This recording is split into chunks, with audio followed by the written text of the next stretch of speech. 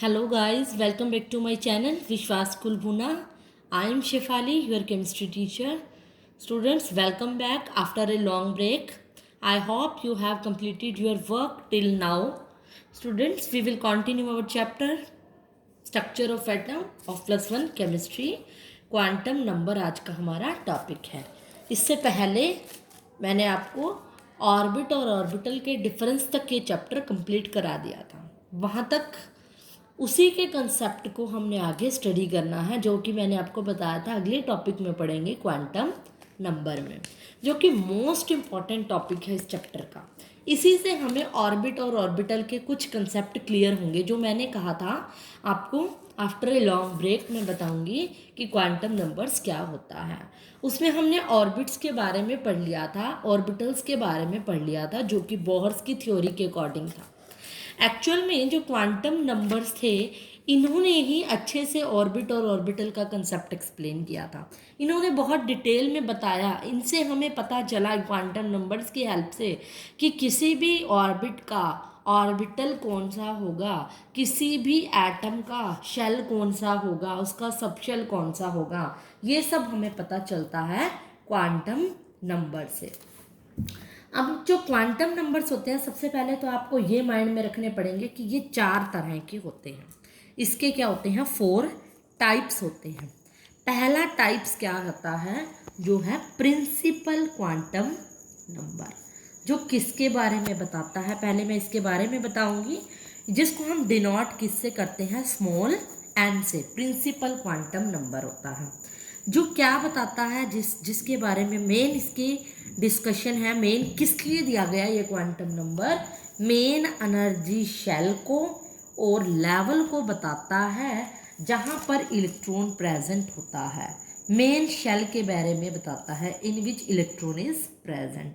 मतलब उसकी main shell, energy shell के बारे में बताता है, और मेन शेल कह दो या मेन लेवल कह दो जहाँ पर इलेक्ट्रॉन प्रेजेंट है. एक बार फिर से रिमाइंड कराऊँ मैं आपको एटम के बारे में. एटम का स्ट्रक्चर मैंने क्या कहा था? एटम का कोई न्यूक्लियस होता है और उसमें क्या होते हैं? चारों तरफ ये शेल्स होते हैं कि कौन से शेल में इलेक्ट्रॉन रिवॉल्व कर रहा है. इलेक्ट्रॉन्स न्यूक्लियस से साथ जो पहला शेल है, इसको हम लेवल 1 बोलते हैं, शेल 1 बोलते हैं, इसको 2 बोलते हैं, इसको 3, जिसको आपको याद होगा बोहर्स ने KLMN शेल का बताया था. तो इसी का हमें ये पता कैसे चलता है? प्रिंसिपल क्वांटम नंबर भी इसी बारे में बताता है. ये कहता है कि ये क्वांटम नंबर शेल्स के बारे में क्या बताता है? कहता है स्मॉल एन को इससे डिनोट कर रहे हैं. प्रिंसिपल, प्रिंसिपल मतलब मेन बात, मेन शेल. मेन शेल हो गया ये. स्कूल का प्रिंसिपल क्या करता है? सारे पूरे स्कूल को कंट्रोल करता है. मेन डिसीजन उसके हाथ में होता है. ऐसे ही क्वांटम नंबर का प्रिंसिपल क्वांटम नंबर जो है, सबसे पहले शेल पहला है, दूसरा है, तीसरा है, ये डिसाइड करता है और उसका नाम क्या होगा. अगर एन की वैल्यू कुछ भी हो सकती है, 1 2 3 4 अप टू सो ऑन. ये कहता है कि एन की वैल्यू अगर 1 है तो जो शेल होगा हमारा के शेल होगा. अगर 2 है तो L होगा, 3 है तो M होगा, 4 है तो N होगा. इस तरह से चलता जाएगा. 5 है LMNOP, इस तरह से इसने नाम दिए थे. बट मेनली जो हमारे यूज़ होते हैं वो यहीं तक शेल यूज़ होते हैं. तो इसी में हमारी स्टडी कंप्लीट हो जाएगी. इसके अंदर बहुत सारे सब शेल्स होते हैं, जो मैंने कहा था ना, ये तो ऑर्बिट है. इसके अंदर भी जो वो रीजन जिस जगह पर मैक्सिमम प्रोबेबिलिटी होती है इलेक्ट्रॉन की, उस जगह को हम ऑर्बिटल कहते हैं. ये हमें क्वांटम नंबर में पता चलेगा. अभी तो मैं एक सर्कल, एक शेल के बारे में बता रही हूँ. इस शेल के अंदर जो ऑर्बिटल होता है, इसके बारे में भी. शेल के अंदर जो शेल होता है यानी सब शेल. घर में आपके 2 मीटर लगे हैं, एक मेन मीटर होता है और एक छोटा मीटर कौन सा कहते हैं? सब मीटर. ऐसे यहाँ पर एक ये मेन शेल है, उसके अंदर जो शेल होते हैं उसको सब शेल कहते हैं, जिसके बारे में जो क्वांटम नंबर अगला क्वांटम नंबर बताता है. जिस क्वांटम नंबर का नाम क्या होता है? एजीम्यूथल, जिसको हम बोलते हैं एजीम्यूथल क्वांटम नंबर. अब जैसे उसने मेन शेल के बारे में बताया, शेल के बारे में बताया, ये सब शेल के बारे में बताता है. इसको हम कैसे डिनोट करते हैं? स्मॉल एल से. एक तो ये क्या बताता है? मेन. एक तो सब शेल के बारे में, जैसे वो मेन शेल के बारे में बता रहा है, यानी ये मीटर था, ये सब मीटर है. यानी ये मेन शेल है और यहाँ पे हमारा सब शेल के बारे में बताता है। और दूसरा, जैसे नाम से है एजीम्यूथल, ये एंगुलर मोमेंटम के बारे में भी बताता है। किसी भी इलेक्ट्रॉन का हम एंगुलर मोमेंटम निकाल सकते हैं इसकी हेल्प से, जो बोहर के पोस्टुलेट के अंदर था, याद है आपको? किसी भी एटम का, किसी भी शेल का एंगुलर मोमेंटम NH/2 जो बोहर्स के अकॉर्डिंग ये था एंगुलर मोमेंटम। मैंने बताया था ना, मोमेंटम जब एंगुलर में हो, सर्कल में हो, जब उसके रेडियस से मोमेंटम को मल्टीप्लाई करते हैं। मतलब ये मोमेंटम किसी एक इलेक्ट्रॉन के मोमेंटम के बारे में भी बताता है। तो पहले तो मेन स्टडी तो हम शेल से सब शेल के बारे में करते हैं कि आखिर ये सब शेल चीज़ क्या है, इसके बारे में हमें कैसे पता चलता है। सब शेल भी बोल देते हैं इसको, सब लेवल भी बोल देते हैं। अगर उसको लेवल, जैसे शेल और लेवल बोल रहे हो, इसी तरह इसको सब शेल और सब लेवल बोला जाता है। अब इसमें क्या होता है, वैल्यू ऑफ एल पे डिपेंड करता है। अब एल की वैल्यू, हाँ जैसे एन की वैल्यू थी 1 से स्टार्ट होती है, एल की वैल्यू 0 से स्टार्ट होती है, 0 होल नंबर से, 0 1 2 3 अप टू n-1 होगी। ये बात हमेशा ध्यान रखनी है कि एल की वैल्यू n से हमेशा क्या होगी, एक कम पे ख़त्म होगी। अगर मान लो n की टोटल 100 वैल्यू है तो l की कितनी वैल्यू होगी, 99 वैल्यू होगी। अगर n की वैल्यू, सॉरी मेन शेल की n की प्रिंसिपल क्वांटम नंबर की वैल्यू 50 है तो l की वैल्यू 49 होगी। ये पॉइंट है मेन। इसको मैं बताती हूँ कैसे पता चलेगा। देखो ये क्या बताता है, इसका सिंबॉलिक रिप्रेजेंटेशन से हमें क्या पता चलता है। अगर l की वैल्यू देखो कुछ भी हो सकती है, 0 1 2 3 4 कुछ भी हो सकती है, 5 कुछ भी। और इससे क्या पता चलेगा हमें, मेन सबशेल का पता चलेगा जैसे मैंने बताया है। तो सबशेल कौन सा होगा, जैसे अगर n की वैल्यू 1 है तो शेल K था, इसी तरह l की वैल्यू अगर 0 है तो सबशेल कौन सा होगा, इसने अपनी नोटेशन रखी थी, वो क्या होगा, S। अगला होगा P, फिर D, फिर F, G और H। मेनली जो हम स्टडी करते हैं ये F तक ही हमारी कंप्लीट हो जाती है। जैसे उसमें भी 4 शेल थे, इसमें भी 4 सब शेल है। यहाँ तक की हम कॉन्फ़िगरेशन की जो स्टडी करेंगे हमारे सिलेबस में, यहीं तक की स्टडी है। इवन कि अगर आप ग्रेजुएशन वगैरह भी करते हो, +2 तक भी इसमें कवर हो जाता है। F तक ही हम ज़्यादातर जो सब शेल है इसी के बारे में स्टडी करते हैं। तो आज से अगर मान लो आपको कोई कह दे कि n की वैल्यू अगर 1 है, l की वैल्यू अगर 0 है तो शेल और मेन शेल बताओ, तो आप अंडरस्टूड हो। n की वैल्यू 1 है तो शेल कौन सा होगा, K शेल, और l की वैल्यू 0 है तो सब शेल कौन सा होगा, हमारा S। इसके अंदर भी मतलब शेल तो पहला ही होगा, इसी के अंदर शेल कोई S ऑर्बिटल होता है, सब शेल होता है। जैसे मैं बता रही हूँ ना मीटर के अंदर सब मीटर, ऐसे ही पहले शेल के अंदर एक सब शेल, एक हिस्सा होगा जो क्या है S। इसके बारे में भी डिटेल में मैं बताऊंगी ये क्या होते हैं SPDF। अब आगे भी इसके अंदर भी क्या होते हैं, ऑर्बिटल्स होते हैं। इन सब शेल्स के अंदर भी क्या होते हैं, ऑर्बिटल्स होते हैं। ये आपको कैसे पता चलेगा कि किसके अंदर कितने ऑर्बिटल्स हैं, सब शेल्स के बारे में भी पता चलेगा। ये हमें जो बताता है वो है 3rd क्वांटम नंबर, जो कि मैं आपको बताऊंगी।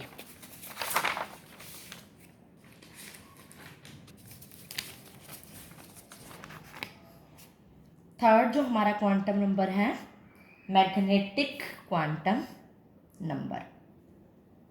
क्वांटम नंबर जिसको हम किससे m स्मॉल l इसके पैरों में लिखते हैं। मैग्नेटिक क्या मतलब, स्मॉल m, और क्वांटम नंबर के l इसके पैरों में, क्योंकि मैग्नेटिक से रिलेटेड अगला भी आता है जो इसी सिंबल से होता है। लेकिन पहले मैं आपको नंबर ऑफ सबशेल्स के बारे में, इसके अंदर हम क्या बताएंगे, देखो इसी से अगर हमारे बहुत अच्छे से कंसेप्ट क्लियर होते जाएंगे। अब तक मैंने एक बार फिर से बता दूं, मैंने क्या बताया, शेल, मेन शेल के बारे में बताया, और उसके अंदर कौन से सब शेल होते हैं वो बताया। अब मैग्नेटिक जो क्वांटम नंबर होता है वो, उसको करने से पहले मैं आपको एक चीज़ और बता देती हूँ। एजीम्यूथल क्वांटम में मैंने सब शेल के बारे में तो बता दिया देखो, लेकिन एंगुलर मोमेंटम कैसे बताता है वो एक फॉर्मूले से बताता है। इसने एंगुलर मोमेंटम का क्या दिया था, एक फॉर्मूला दिया था भी। एंगुलर मोमेंटम अगर आपने निकालना हो, कोई भी पूछा जाए तो इस फॉर्मूले से निकालोगे, h/2 √L × L + 1। और आपको पता है अगर मान लो एल मैं कह दूं कि कौन से ऑर्बिटल सब शेल के लिए निकालना है, पी सब शेल के लिए, तो आप अंडरस्टूड हो एल की वैल्यू पी सब शेल के लिए क्या है 1 पुट करोगे। मान लो मैं एल की वैल्यू 1 पुट कर रही हूँ तो मेरा आंसर क्या आएगा under root of 1 1 + 1 2 2 × 1 1 under root of 2। मतलब इस तरह से आप सॉल्व करोगे। इसको आप अंडर रूट टू पाई लिख दो और क्यों लिख दो इसको अंडर रूट 2, क्यों क्योंकि मैंने कैंसिल करना है, या आप एज इट इज़ भी छोड़ सकते हो, वो आपकी मर्जी है।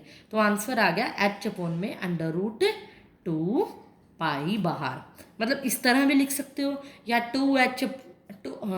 अंडर रूट 2h/, में 2 पाई, जैसे भी आप इसका आंसर कर सकते हो, या अंडर रूट 2 की वैल्यू पुट करके भी सॉल्व करके कर सकते हो। तो ये सब क्या है एजीमुथल क्वांटम की डिटेल थी, जिसने सबशेल और एंगुलर मोमेंटम का क्या दिया था, एक फॉर्मूला दिया था। उसके बाद let's continue third quantum number जो कि मैग्नेटिक क्वांटम नंबर है।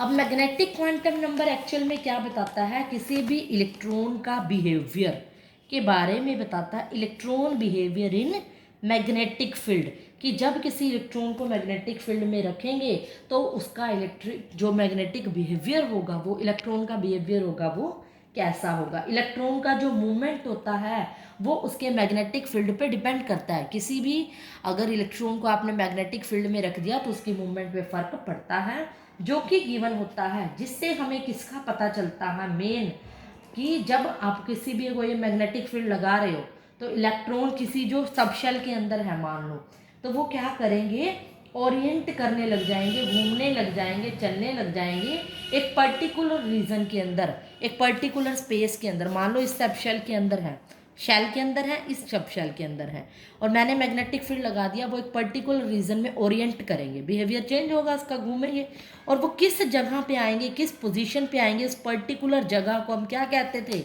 ऑर्बिटल। मैंने बताया था ना मैक्सिमम प्रोबेबिलिटी जहाँ अपने साई स्क्वायर इक्वल टू 1 होता है, जहाँ वैल्यू जिस जगह पे हमें पता चले कि इलेक्ट्रॉन के होने की मैक्सिमम संभावना यहाँ है, उस रीजन को, उस जगह को हम ऑर्बिटल कहते थे।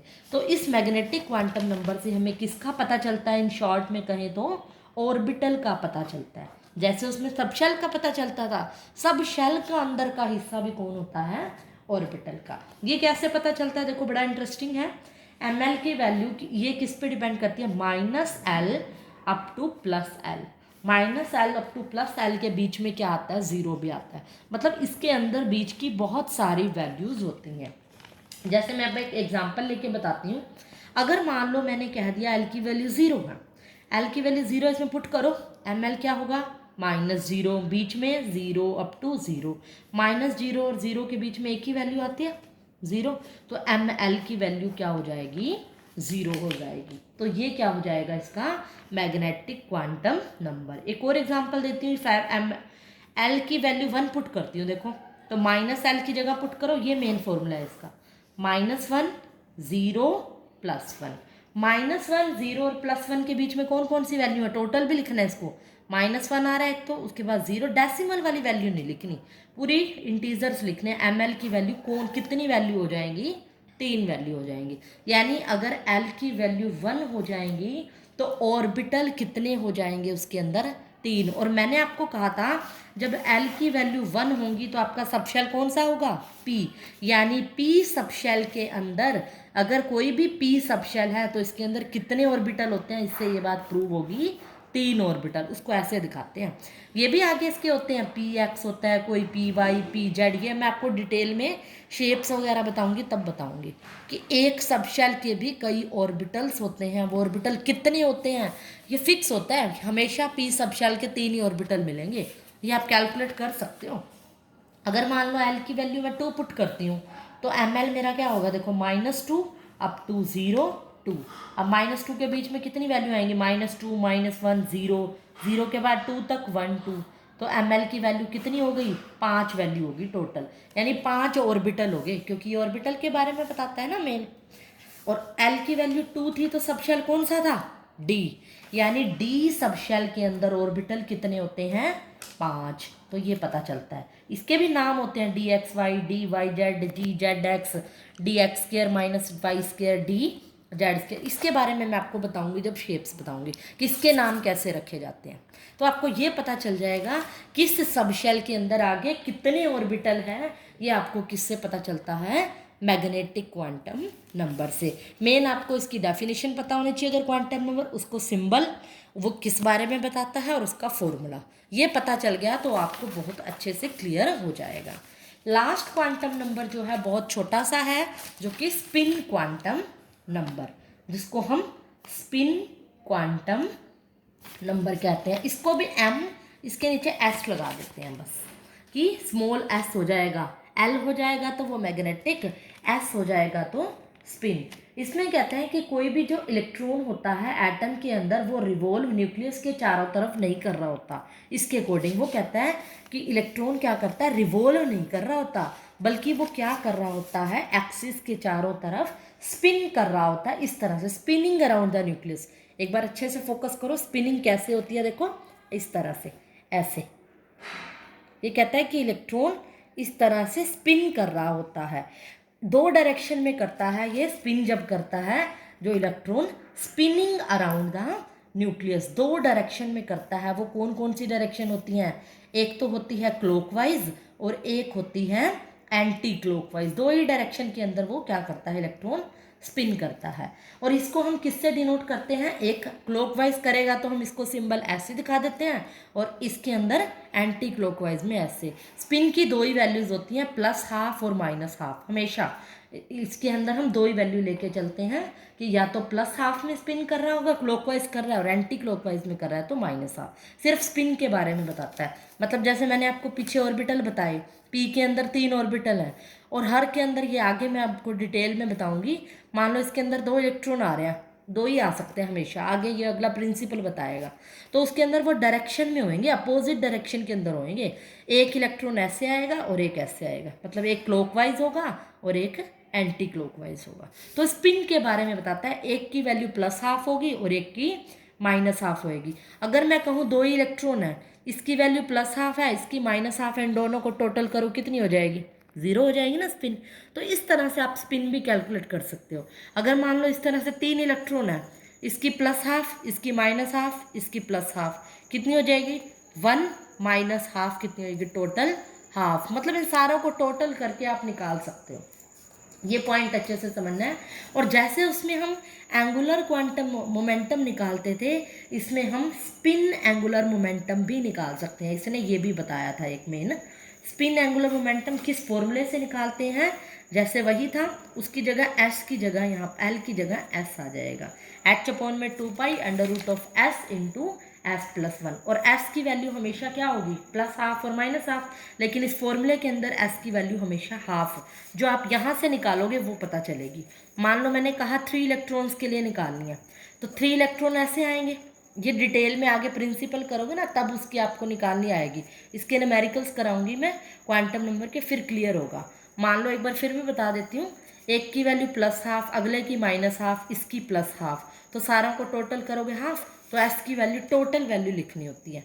टोटल वैल्यू कितनी होगी, half half plus 1 h/2 solve करके अंडर रूट 3h/4 आ जाएगा। तो ये क्या हो जाएगा, MS स्पिन क्वांटम नंबर। तो मतलब हम इससे ये निकाल सकते हैं। बाकी इसके मैं न्यूमेरिकल्स कराऊंगी तो और ज़्यादा अच्छे से क्लियर होगा।